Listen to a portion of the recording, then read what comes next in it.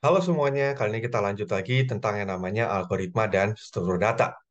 Nah, kali ini kita akan masuk ke yang namanya tree dan binary tree. Jadi, apa sih tree? Gitu ya. Sebenarnya ini mirip juga dengan yang namanya pohon di dunia nyata. Jadi, kalau lihat mungkin kan pohon itu berakar ya. Nah, di sini bisa dilihat contoh tree itu di sebelah kanan bawah ya. Nah, ini adalah contoh dari tree. Mirip seperti akar dari pohon. Nah, gunanya apa? Gunanya untuk model abstrak dari sebuah struktur hierarki. Contoh mungkin yang pernah kita lihat biasanya adalah pohon keluarga atau relasi orang tua anak. Atau mungkin yang tertarik biasanya dengan bisnis, ada juga istilah yang namanya MLM, gitu kan. Jadi yang ada nama atasan, ada juga yang namanya bawahan.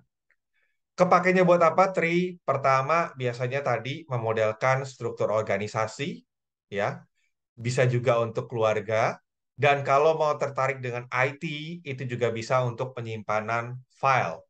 Jadi kan sebuah direktori bisa punya banyak file dan direktori lagi. Nanti di direktori lagi itu bisa ada isinya lagi. Nah, ini contoh dari sistem direktori. Jadi mungkin kita punya folder namanya CS16, setelah itu dia punya dua folder lagi yang namanya homeworks dan programs. Dia juga punya sebuah file yang namanya todo.txt. Nah, nanti dari Homeworks, dia punya juga dua file, yaitu H1C dan H1NC, ya, dan seterusnya. Ini contoh dari pohon keluarga. Jadi misalkan Charles punya anak tiga, yaitu Philip, Joan, dan Maria. Lalu Maria punya anak banyak sekali, gitu kan, ada enam, gitu ya di sini, dan seterusnya. Nah, ada beberapa terminologi dari tree yang mungkin bisa kita lihat, ya. Pertama, ada yang namanya parent atau orang tua, yaitu node di atasnya A secara langsung. Mirip seperti pohon keluarga ya. Jadi di sini atasnya kita itu disebut dengan orang tua, sedangkan bawahnya kita itu disebut dengan child. Jadi kalau kita lihat di sini, contoh di pohon ini, maka dua adalah orang tua dari 7 dan 5. Sedangkan 7 adalah anak dari 2. 5 ya, 5 yang di sebelah kanan atas itu adalah anak dari 2. Sedangkan 5 yang di bawah kiri, itu adalah anak dari yang namanya 6. Terus ada juga yang namanya root dan leaf. Jadi root di sini adalah node tanpa orang tua, sedangkan leaf adalah node tanpa anak. Jadi kalau dari sini, yang paling ujung itu disebut dengan root atau akar. Ya, kita lihat juga akar kan seperti itu ya, dia pusat dari segalanya gitu kan. Dan di sini adalah dua yang di atas gitu. Berikutnya ada juga yang namanya leaf atau external node yang tidak punya anak. Berarti kalau dilihat di sini yang tidak punya anak adalah 2, 5, 11, dan 4. Ada juga yang namanya internal node, yaitu node yang punya anak. Berarti node yang punya anak adalah selain daripada daun. Selain daripada daun apa? Tadi daunnya siapa aja? Daunnya 2, 5, 11, 4. Berarti selain itu adalah 2, 7, 5, 6, 9. Ya. Berikutnya ada ancestor. Ancestor itu berarti bisa jadi orang tua kita, bisa juga kakek kita, buyut kita, dan seterusnya. Descendant itu bisa jadi anak kita, cucu kita, cicit kita, dan seterusnya. Jadi kalau dilihat di sini, dua yang ada di akar ini berarti dia punya descendant 7, 5, 2, 6, 9, 5, 11, 4. Sedangkan 11 itu punya ancestor 6 sebagai ayah, 7 sebagai kakek, dan 2 sebagai buyut. Gitu. Berikutnya lagi ada juga yang namanya subtree. Subtree ini tree yang merupakan descendant dari A. Jadi misalkan nih, A-nya adalah 2, maka dia punya dua buah subtree, yaitu subtree yang diawali oleh 7 dan subtree yang diawali oleh 5. Ada juga depth atau kedalaman, itu adalah jumlah ancestor dari A ke root. Jadi kalau di sini 6 itu berarti depth-nya berapa? Depth-nya adalah 2 karena dia punya dua ancestor. Lalu 2 yang di paling atas, yang di akar, itu berarti depth-nya berapa? Berarti depth-nya adalah 0 karena dia tidak punya orang tua sama sekali. Gitu ya. Lalu anggaplah berikutnya 4. 4 yang di paling bawah kanan, berarti dia punya kedalamannya adalah 3. Karena dia punya 3 ancestor, 9, 5, dan 2. Berikutnya, ada juga height atau tinggi. Ini adalah jumlah node dan path terpanjang dari node itu ke node daunnya. Contoh nih, misalkan 9 berarti tingginya dia adalah 2. Karena ada 9 dan 4. Itu adalah path terpanjangnya. 5 berarti tingginya dia adalah 3. Karena ada 5, 9, 4. 2 berarti tertingginya adalah 4. Karena dia punya 2, 5, 9, 4. 7. 7 berarti dia tingginya adalah 3. 1 dari 7, lalu ke 6, lalu ke 11 atau 5 yang di bawah. Oke, itu tentang terminologi dari tree-nya. Nah, sekarang gimana cara kita mengunjungi semua node yang ada dalam tree? Mungkin kalau list linear kan lebih gampang ya. Intinya dari depan ke belakang. Permasalahannya kalau tree kan dia bercabang gitu kan. Kalau bercabang gimana ngunjunginnya? Nah, kita akan menggunakan 3 jenis traversal, yaitu ada namanya pre-order, in-order, dan post-order. Kalau pre-order berarti gua duluan, baru anak-anak gua. Kalau in-order berarti anak kiri dulu, satu, baru gua, baru anak sisanya. Kalau post-order berarti anak-anak gua dulu semua, baru gua. Seperti itu. Itu konsepnya. Kapan kepake pre-order, kapan kepake in-order, kapan kepake post-order. Pre-order ini biasanya untuk menampilkan dokumen terstruktur. Jadi mungkin pernah lihat di Windows gitu ya. Ada kan nanti biasanya di sebelah kiri ketika kita membuka directory gitu ya. Sebelah kiri ada map direktorinya. Lalu in order biasanya untuk aritmatika, 5 tambah 3 tambah 2 dan seterusnya. Post order ini biasanya untuk menghitung jumlah memori terpakai dalam sebuah file atau directory. Nah, gimana caranya? Ya, caranya sebenarnya yang tadi, yang diceritakan, yaitu kita kunjunginya seperti apa. Kalau pre-order, berarti kita kunjungi diri kita dulu, baru anak-anak kita. Kalau kita post order, berarti kita kunjungi anak-anak kita dulu, baru kita. Kalau in order, berarti kita kunjungi anak pertama dulu, baru kita, baru anak sisanya. Jadi kalau lihat di sini, kita punya pohon seperti ini, maka kalau kita ingin pre-order, berarti dibilang kita duluan ya. Berarti A, baru anak-anak kita. Anak-anak kita ada apa? Ada B sama ada C. Nah, ketika B mau di-print, maka terapkan mekanisme pre-order lagi. Pre-ordernya kayak gimana? Berarti dia duluan, yaitu B dulu, ya. Baru anak-anak dia. Anak-anak dia siapa? D dan E. Makanya di sini A, B, D, E. Berikutnya, C. C di sini ketika dia di-print pakai konsep pre-order. Berarti C dulu, baru berikutnya anak-anaknya. Anak-anaknya siapa? F dan G. Nah, lalu kita coba post order. Post order berarti anak-anak gua dulu, baru gua. Jadi kalau kita mau ngeprint yang A ini, maka kita akan minta print B sama C dulu. Ketika kita mau ngeprint B ini, berarti kita akan print dari anak-anaknya B dulu, yaitu D, E, baru B. Makanya di sini D, E, B. Berikutnya yang di sebelah kanan gitu ya, untuk C ketika dia mau di-print maka dia akan di-print dengan anak-anaknya dulu, yaitu F, G, C. Baru berikutnya adalah si A. Kalau in order gimana? In order berarti anak kiri dulu, baru dia, baru anak kanan. Berarti ketika mau print A, berarti kita print B dulu. Nah, B ini ketika di print, berarti dia harus ngeprint anak kiri dulu, yaitu D. Makanya di sini D, B, E. Berarti ini semua yang pohon di B udah ya. Baru dia sendiri, yaitu A.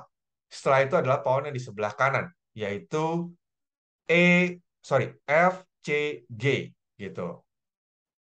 Itu contoh dari traversal. Tentu akan jadi lebih kompleks kalau misalkan pohonnya tidak sesederhana ini.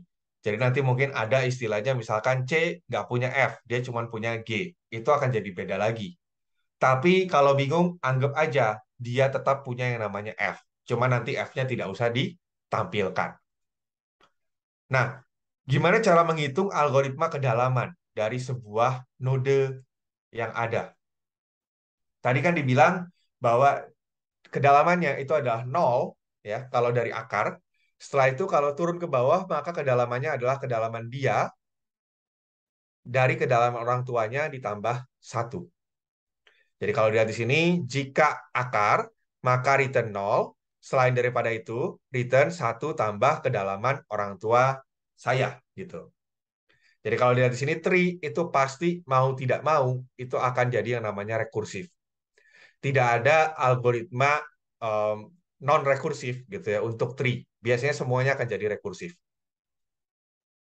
Nah, ada lagi yang namanya level order traversal. Ini paling gampang. Kalau level order berarti dia tinggal baca per level. Level pertama D, level kedua B, F, E, ya kan? Level ketiga A, C, H, I, G. Lalu level keempat adalah L. Itu level order. Nah, tadi kita bahas tentang yang namanya tree. Tree di sini bisa punya banyak anak ya, sama seperti pohon keluarga. Anaknya bisa satu, dua, bisa juga enam. Nah, ada yang namanya binary tree. Binary tree berarti dia menerapkan prinsip keluarga berencana, yaitu anaknya maksimum dua, tidak boleh lebih. Nah, ini adalah contoh dari binary tree. Kalau kita lihat di sebelah kanan, gitu ya. Perhatikan bahwa apapun bentuknya, selalu setiap node itu punya anak maksimum dua. Jadi, kenapa namanya binary? Karena binary itu biner. Biner itu berarti dua alternatif. Jadi, tree yang anaknya tidak dapat memiliki lebih dari dua. Penerapannya apa? Contoh mungkin ketika kita bikin pohon keputusan. Jadi kalau kita punya pohon keputusan, anggaplah kita mau makan di mana, gitu ya. Nah, di sini misalkan pertanyaan pertama, kamu mau fast meal apa tidak? Kalau mau, berarti dia akan pindah ke coffee atau enggak. Kalau enggak, berarti dia bilang on expense account atau tidak, gitu ya. Nah, nanti untuk setiap pilihan itu akan memunculkan jawaban yang ada. Jadi samalah ketika kita lagi diinterogasi atau diwawancara. Terus berikutnya lagi, arithmetic expression tree. Jadi contoh ketika operasi aritmatika itu kan selalu ya, kita punya dua operan dan satu operator. Selalu terjadi seperti itu. Lalu di sini kita juga bisa lihat ada yang namanya property dari binary tree ya. Jadi kalau binary tree, maka untuk setiap level jumlah maksimum node yang ada itu adalah dua pangkat level tersebut. Jadi kalau level 0 itu adalah 2 pangkat 0, yaitu satu. Level satu yaitu 2 pangkat satu, yaitu dua. Level 2 2 pangkat 2, yaitu 4. Nah, ada beberapa jenis dari binary tree, yaitu ada full binary tree, yaitu setiap node ini nggak boleh milih-milih, dia bolehnya punya dua anak atau nggak punya sama sekali. Jadi dia nggak boleh istilah cuma punya satu anak itu nggak boleh ya. Ini prinsip yang aneh memang ya. Terus berikutnya perfect binary tree. Ini sebenarnya kalau gampangnya ketika kamu gambar pohonnya itu kamu bisa membentuk sebuah segitiga sempurna atau piramida. Ada juga yang complete binary tree. Ini mirip kayak perfect, cuman bedanya di paling bawah itu bisa ada beberapa node yang hanya memiliki dua child terurut dari kiri ke kanan. Seperti apa konsepnya complete binary tree nanti kita akan bahas di minggu-minggu berikutnya ya. Jadi sekarang yang penting mengerti ada namanya full sama perfect. Ada juga yang namanya balance dan unbalance. Jadi kalau balance artinya tinggi pohon anak kiri sama dengan tinggi pohon anak kanan. Atau kalaupun berbeda, paling tidak perbedaannya maksimum satu level.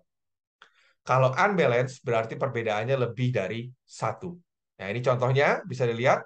Di paling kiri ini balance banget. Ya kita nggak perlu mikir juga ngelihat udah kelihatan ini balance. Nah yang kedua lihat di sini. Kedua dari kiri ini juga balance. Karena perbedaan di kiri dan kanan tingginya adalah satu. Yang di kiri dua, yang di kanan satu. Berikutnya lihat pohon yang ketiga. Ini tidak balance. Karena di kiri itu tingginya adalah tiga. Di kanan nggak punya anak sama sekali alias tingginya nol. Yang keempat, apalagi yang ini nggak usah mikir gitu ya.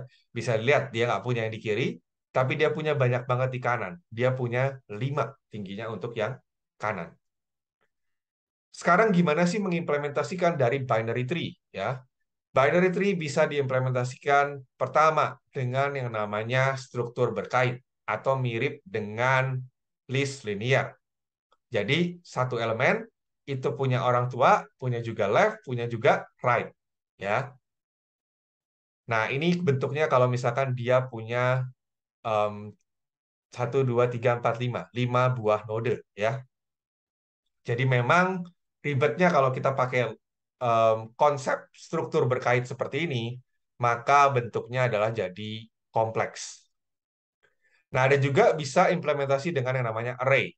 Jadi kita akan meletakkan pada array binary tree yang ada berdasarkan level order dari kiri ke kanan.